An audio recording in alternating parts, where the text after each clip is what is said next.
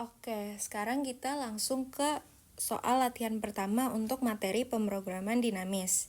Di sini misalkan ada 4 ruangan. Nah, jumlah lampu yang tersedia adalah 10 buah dan harus terpasang semua. Tiap ruangan minimal dipasang satu lampu. Nah, karena kondisi ruangan, maka tingkat penerangan tiap ruangan akan berbeda. Di mana tingkat penerangan pada ruang 1, 2, 3, dan 4 masing-masing adalah, bisa kalian lihat, 4x kuadrat, 3x kuadrat, 2x kuadrat, dan x kuadrat. Dengan x adalah jumlah lampu yang dipasang. Nah, seseorang ingin menentukan jumlah lampu yang dipasang pada setiap ruangan untuk memaksimumkan tingkat penerangan terkecil. Oke, pertanyaannya kita diminta untuk menentukan solusi optimal dengan teknik pemrograman dinamik dengan sebelumnya mendefinisikan tahap, status, keputusan, fungsi transisi, fungsi pengembalian, dan fungsi akumulasi. Oke, kita langsung ke yang pertama, yaitu pendefinisian tahapan. Nah, tahapan itu apa? Tahapan itu merujuk pada langkah-langkah bertahap dalam pemecahan suatu masalah pemrograman dinamis. Nah, biasanya tahapan merepresentasikan submasalah yang kecil dari masalah secara keseluruhan. Di sini kalau kalian baca soalnya tadi, kita kan ingin memasang lampu. Nah, lampunya itu kan bakalan dipasang di 4 ruangan berbeda. Berarti tahapan itu merepresentasikan setiap ruangan yang akan dipasang lampu. Karena jumlah ruangannya tadi 4, berarti N-nya kita ada 4, di mana setiap angkanya merepresentasikan setiap ruangan tersebut. Kemudian untuk status. Status itu apa? Status itu menggambarkan kondisi sistem pada suatu titik waktu tertentu. Nah, di sini status adalah kondisi sisa lampu yang dapat dipasang pada setiap ruangan dan ruangan-ruangan setelahnya. Berarti kita definisikan dengan SN, dengan N-nya tadi berarti 1, 2, 3, dan 4. Kita ambil contoh misalnya S1. Berarti ini untuk lampu yang di awal banget kan jumlahnya ada 10. Berarti jumlah lampu yang dapat dipasang pada ruangan 1, 2, 3, dan 4 atau S1 itu ada 10. Kemudian lanjut ke S2 di mana itu merujuk pada sisa lampu yang dapat dipasang pada ruangan 2, 3, dan 4 dan seterusnya untuk S3 dan S4. Selanjutnya kita ke keputusan. Keputusan itu apa? Keputusan itu adalah angka yang kita cari nilainya nih. Tujuan kita ngerjain soal ini untuk apa? Di sini kita kan ingin menentukan atau menetapkan jumlah lampu yang akan dipasang di setiap ruangan. Atau kalau tadi kita baca soalnya,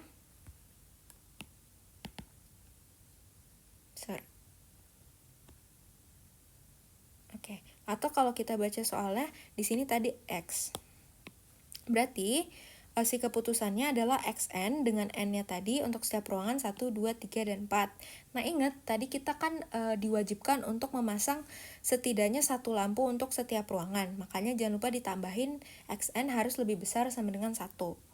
Selanjutnya ke fungsi transisi. Nah, fungsi transisi itu apa? Fungsi transisi itu adalah fungsi yang dapat menghubungkan setiap tahapan pada penyelesaian masalah pemrograman dinamis. Di sini fungsi transisinya itu menggambarkan jumlah lampu yang dapat dipasang pada tahapan N. Nah, di sini seperti aku bilang tadi, misalnya S1 atau berarti jumlah lampu yang dapat dipasang di ruangan 1, 2, 3, dan 4. Itu kan artinya jumlahnya sesuai dengan ketersediaan lampu awal. Atau kalau kalian baca di soal tadi tuh dimension ada 10 buah. Makanya kita taruh di sini misalnya, S1-nya 10. Kemudian untuk S2 berarti itu adalah jumlah lampu yang dapat dipasang di ruangan setelah S1 tadi. Nah, gimana cara kita ngitunginnya? Berarti kan itu ketersediaan jumlah lampu awal atau si 10 tadi dikurangi dengan jumlah lampu yang kita putuskan untuk dipasang di ruangan 1. Kita lanjut ke S3 dan S4, itu sama persis. Untuk interpretasinya kalau masih bingung bisa kalian baca sendiri di sini. Lanjut lagi ke fungsi pengembalian. Nah, untuk fungsi pengembaliannya di sini itu dia merujuk pada tingkat penerangan di setiap ruangan. Di sini tuh tertera di soal di mana untuk ruangan 1, 2, 3, dan 4 tingkat penerangannya itu berbeda-beda. Jadi tinggal kalian masukin aja gitu. Lanjut ke fungsi akumulasi. Nah, mungkin ada yang bingung di sini kenapa kok ada fungsi akumulasi tapi ada juga fungsi akumulasi optimal.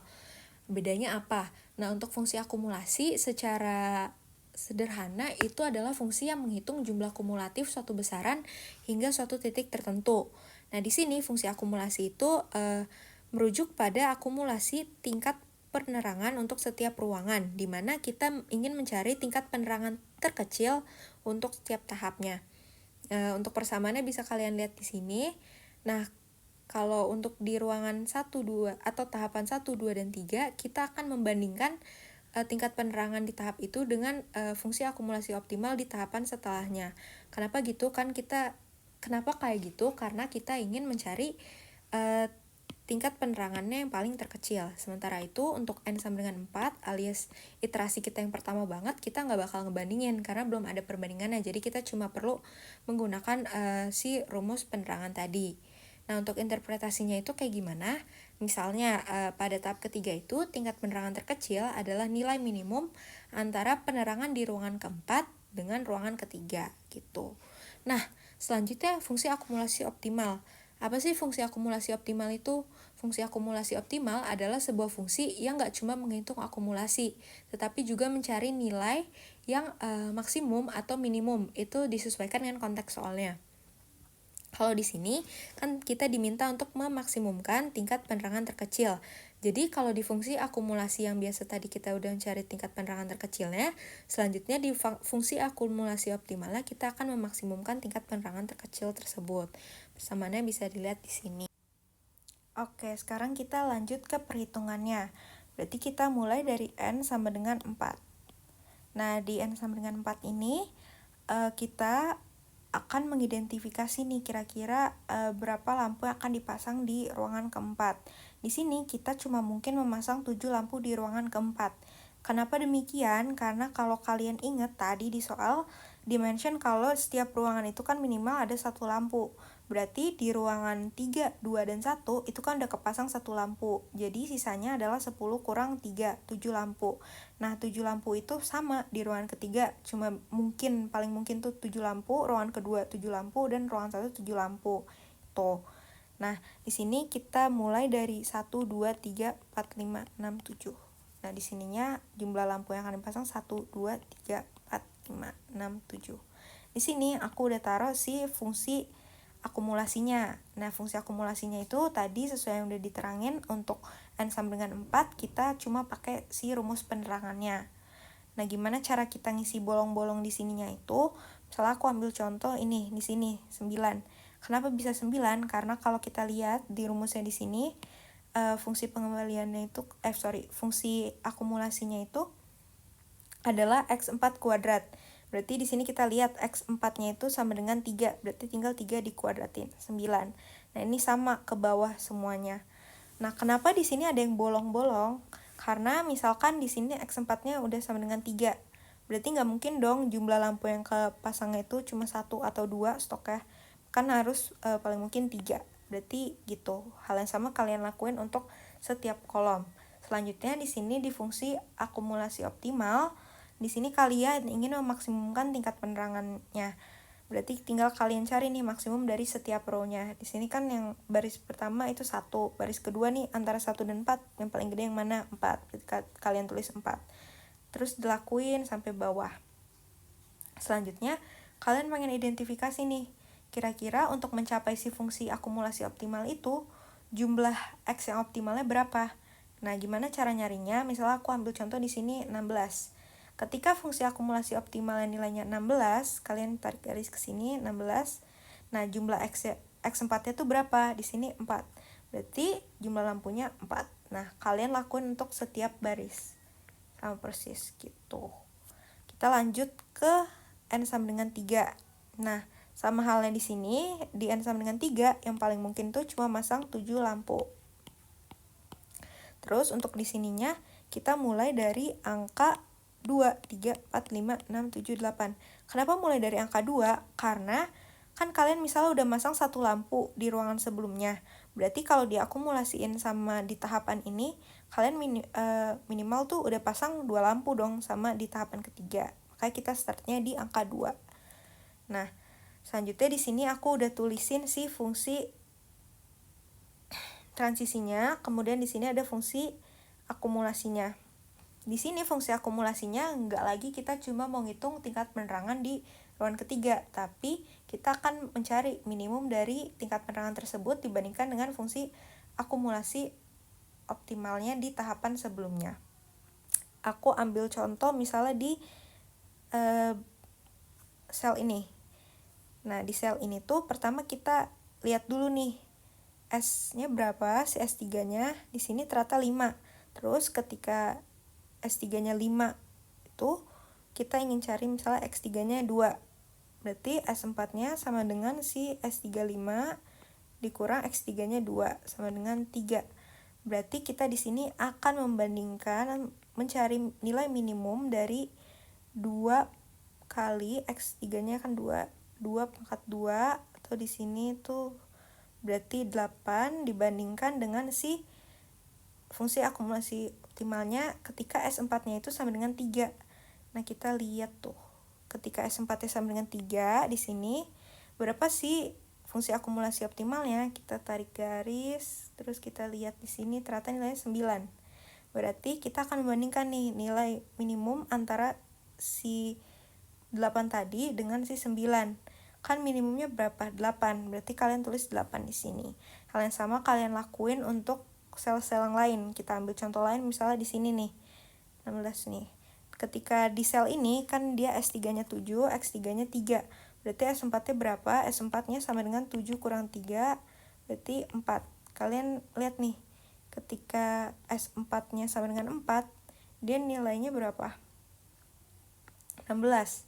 Berarti kita akan meminimasi 2 kali X3 kuadratnya berapa tadi? 3 kuadrat dengan si 16. Berarti masih antara 18 dengan 16. Kan yang paling minimum berapa? 16. Berarti kalian taruh 16-nya di sini. Gitu seterusnya. Untuk logikanya masih sama dengan tahapan sebelumnya. Kenapa masih ada yang kosong-kosong selnya? Nah, di sini di fungsi akumulasi optimalnya kalian balik lagi nih nyari nilai maksimum untuk setiap row-nya gitu. Untuk X3-nya berarti kalian cocokin aja. Misalnya di sini kan fungsi akumulasi optimalnya 9. Nah, dia tuh 9 ketika jumlah lampunya berapa? Dia 9 ketika jumlah lampunya 3. Nah, berarti 3 ditulis di sini gitu. Selanjutnya hal yang sama kalian lakuin untuk di N sama dengan 2-nya. Tuh, sama persis kayak tadi, cuma jangan lupa untuk ganti si rumus di sini nih. Kan untuk setiap ruangan itu fungsi penerangannya berbeda-beda. Jadi make sure kalau kalian ingat untuk ngebedain perhitungannya. Tuh. Nah, terakhir kita ke N sama dengan 1. Nah, di N sama dengan 1 ini, kita cuma nulis 10. Kenapa bisa 10? Karena kan 10 lampu tadi tuh harus terpasang semua. Berarti ketika kita udah sampai di tahapan yang paling awal itu, kita ingin setiap lampunya kan udah terpasang. Berarti yang diakumulasikan harusnya udah 10 yang terpasang. Nah, selanjutnya untuk jumlah lampu yang bisa dipasang sama kayak ruangan sebelumnya, kita coba bisa masang 7 lampu. Di sini juga udah ditulisin sih fungsi transisinya dan fungsi akumulasinya gimana. Ini untuk penerangan di ruangan 1 tadi 4x kuadrat.